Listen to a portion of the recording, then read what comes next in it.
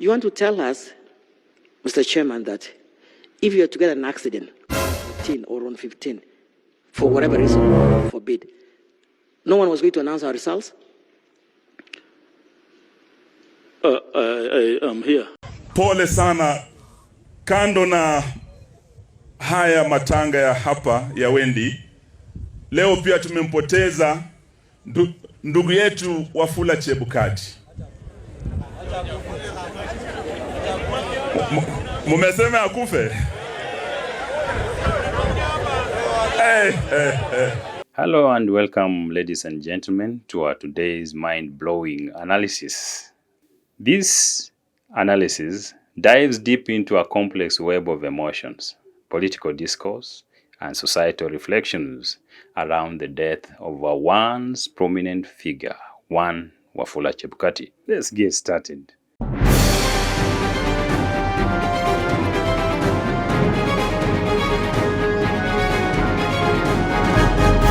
I took an oath of office to serve this country, and I've done my duty in accordance with the Constitution and the laws of the land. And I feel proud that I've been given this opportunity to serve Kenyans. This, of course, will be my last election to preside over. And for those who will come, we have prepared for you what the Constitution envisaged from us, an independent electoral commission. The former chairperson of the Independent Electoral and Boundaries Commission, IEBC. His passing has sparked mixed reactions from the Kenyan public, from celebration to mourning, as Kenyans grapple with the controversial nature of his legacy. To better understand why Chebukati's death has become such a hot topic, it's essential to unpack the historical and societal context, the political dynamics surrounding his leadership, and the bigger questions this situation raises for the future of Kenya. So let's consider the celebration of his death, a nation in turmoil. Mimi nataka kusema hivi, Chebukati amefanya, Mungu amekubaliana sisi vile ambayo tulikuwa tumeomba. Mimi sitaki niseme kitu ambaye niwafurahishe, na kama mnataka niwafurahishe naweza kuambia story ya kuwafurahisha. Kwa matendo ambayo aliyotenda, ukweli ya Mwenyezi Mungu, tuliomba Mungu amuondoe na mambo ya punishment tukiona. At the heart of this matter is a country torn between its frustration with the political system and the realization of its own contradictions. Chebukati, a figure once tasked with overseeing Kenya's elections, is now the subject of mockery and celebration in death. This reaction, while harsh, reflects the deep-seated anger many Kenyans have regarded the results of the contentious 2022 elections. It brings to light the question, why are Kenyans celebrating the death of someone who, at one point, held a position of great power and responsibility? Chebukati's tenure during the 2022 election was marked by claims of bias, electoral manipulations, and a polarizing aftermath that fractured the nation. While the family mourns the loss of a loved one, many Kenyans remain unmoved by his passing, feeling that his actions contributed to a political divide that still affects them even today. This is not just a reaction to his death, but to the anger and frustration built up over a period where citizens felt betrayed by the very institutions that were meant to safeguard the democratic process. Let's consider the Shadows of Samuel Kivuitu, a similar legacy. On previous occasions, you have mentioned that you believe that there are a lot of Kenyans, maybe not a lot, but some Kenyans at least, who, in your words, don't like you very much, say some things about you, blame you for what happened in 2007. Looking back, it's almost more than 5 years now. What do you think about that? I think we are human, and I've come to look to consider those people who still harbor hatred for me. I've come to regard them as human. If you met any one of them, what would you tell them? Someone who tells you, I don't like you, you messed up our election. I always said, I'll tell him thank you very much. When comparing Chebukati's death to that of Samuel Kivuitu, the former IIBC chairperson during the infamous 2007 election, some intriguing patterns emerge. Both men presided over elections that were marred by allegations of rigging, manipulation, and violence.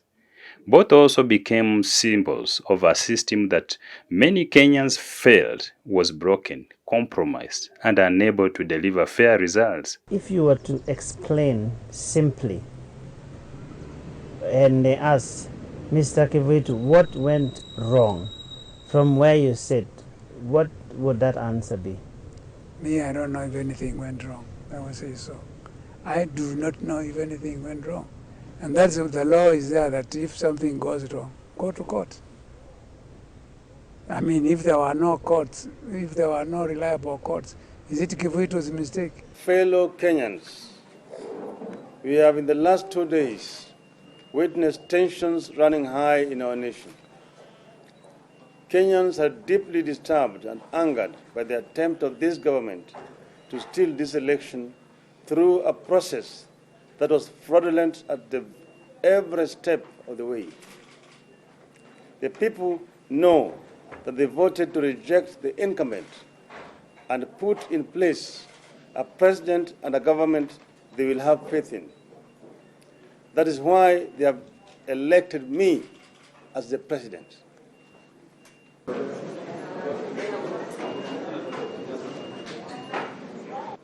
I therefore ask that this current exercise and impasse can only be resolved through a national recount in Nairobi under the full glare of media watchfulness and the involvement of election observers. Only such a process will assure Kenyans that this was a credible election. Finally, I wish to appeal to President Mwai Kibaki to acknowledge and respect the will of the people of Kenya and honorably concede defeat. But what about the ones who say you were under pressure from somewhere to announce results that were not right? No. The pressure simply was that results had to be announced. Because if you don't announce them, there are two things which are very, to me, they came to me protruded in front of me. One, here you are given the results in front of press. You know, me, I didn't know which media was there. There's so many cameras, like I can see camera there, another camera there, camera there. Results are brought to you. What will you tell Kenyans the reasons for not announcing them and they are given to you? What will you say? Interestingly, both leaders lived remarkably similar post-election lives. Is there a deeper, almost eerier connection in the timing of their death?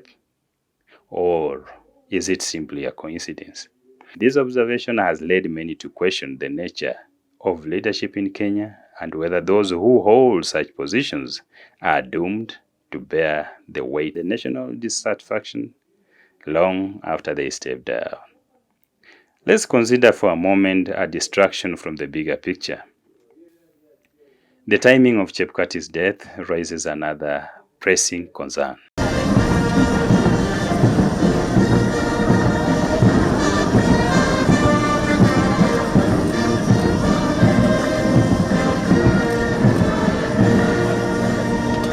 Is this event being used as a distraction?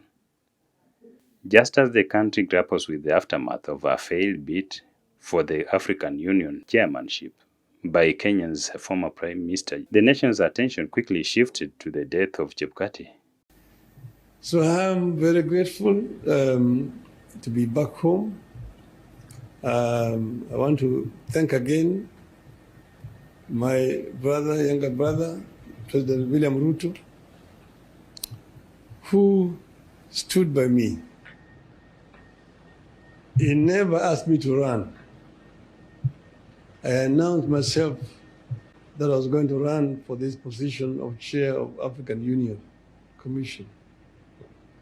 And he only came after I made the announcement to say that he was supporting my candidature.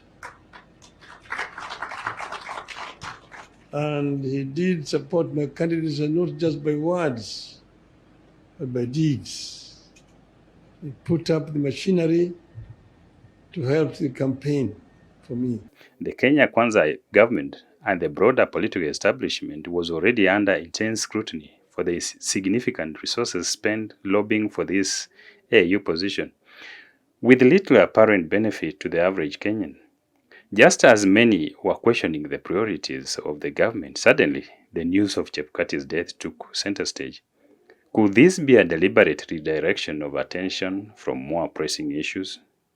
With Kenyans focused on the scandal of the AU campaign, they are now swept up in the drama of Chebukati's passing, leaving the fundamental questions about government spending and national priorities momentarily forgotten. I've seen billions being said, quoted. Somebody's talking about 13 billion shillings spent on the Raila campaign. I don't know in which world those guys live on, whether they know what a billion means. A billion shillings to do what? The money that was spent was the money that was necessary just to hire transport to travel around. And we were not living luxuriously. We were eating whatever was given to us wherever we went to. And many other African countries were very generous. They provided us accommodation and so on. So, but the government gave what was required. Let's for a moment consider a deepening crisis. What is being lost in all this noise about Chebukati's death? Ladies and gentlemen, beyond the sensationalism of Chebukati's death, there are critical issues that are being overshadowed. In the weeks following his death, little attention has been paid to the looming health crisis, the lack of development agendas, or the state of Kenya's economy. The political discourse remains fixated on Chebukati's legacy and the ongoing chaos surrounding the AU seat, while the country's leadership seems content to avoid addressing the systematic problems that plague the average Kenyan citizen. Is Kenya as a nation becoming numb to the urgent issues that require immediate actions? With politicians playing opposition roles and citizens bickering over past grievances, are we losing sight of the bigger picture in all this noise? The country seems to be caught in a cycle of reaction, where past mistakes and long-held frustrations are allowed to overshadow the future. So in conclusion, ladies and gentlemen, this is my call for reflection. As we reflect on the events surrounding Chebukati's death, it's crucial to step back and ask ourselves, what is truly at stake? While it's easy to become consumed by the drama of political figures and their fates, we must remember that the future of Kenya is shaped by what we choose to focus on today. Are we willing to let the country's greatest challenges go unaddressed while we celebrate the fall of an individual whose roles have long passed? Or will we shift our focus back to the issues that directly affect all of us? The economy, the healthcare system, the failing education, and good governance? In the end, Kenya's true strength lies not in how we celebrate the death of a controversial figure, but in how we confront the problems that persist. The next few years will define whether we can rise above our divisions and work towards a better future for all. So let's listen to the soft voice of reason before the noise of division drowns us. This is a moment for introspection. The greatest gift we can give to Kenya is not the destruction of one man's reputation, but the building of a nation that truly serves its people. Let's ask the tough questions, ladies and gentlemen, and demand the accountability that is owed to the citizens. For the future of our nation, let's not lose sight of what truly matters. If you truly love the reaction and the analysis of the day, kindly give us a thumbs up. The greatest gift that I can ever request of you is your subscription. Also share and comment. Let's interact in our today's conversation. And by so doing, ladies and gentlemen, I'll know that you are truly following on what we are giving out here. I'm not so perfect in everything, but I wish that I also get to learn from your thought. I've been your host, Shadrack Bwire Kakai, and you have been watching Jenga Kenya YouTube TV. Let's keep questioning. Let's keep conversing, ladies and gentlemen, because the moment we stop talking, that's when we start fighting. See you in our next video.